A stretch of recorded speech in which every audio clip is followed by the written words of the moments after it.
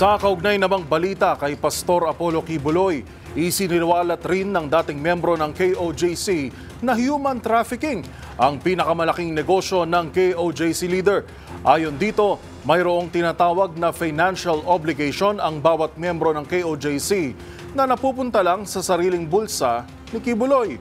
Ang buong detalye ihatid sa atin ni Nicole Lopez Poyawan.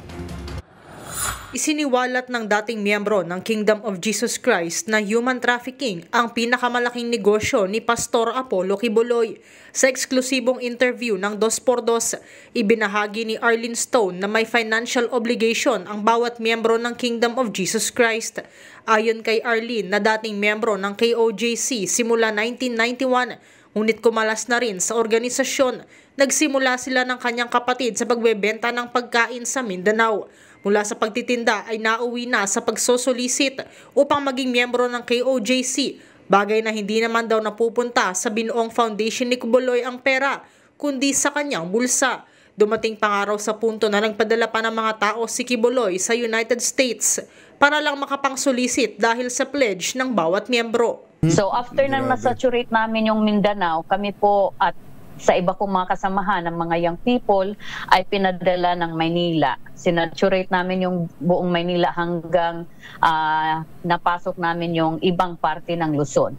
Ano naman ang tininda nyo? Ng buong Pilipinas, nung nasaturate na yung buong Pilipinas, nag-branch out po sila sa ibang bansa.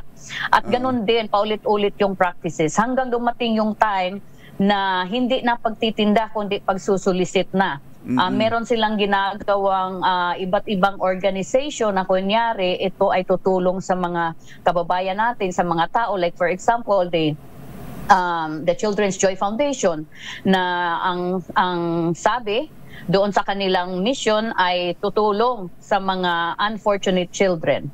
Pero hindi po napupunta ito sa unfortunate children, kundi ito po ay napupunta kay Quiboloy. Sabi ni Arlene, nagdesisyon siyang magsalita noon pa mula nang matapos ang pagdinig kay Senyor Aguila upang mabigyang katarungan ang mga biktima ni Quiboloy. Ito si Nicole Lopez Poyawan para sa MBC TV Network News. Una sa Pilipinas, una sa Pilipino.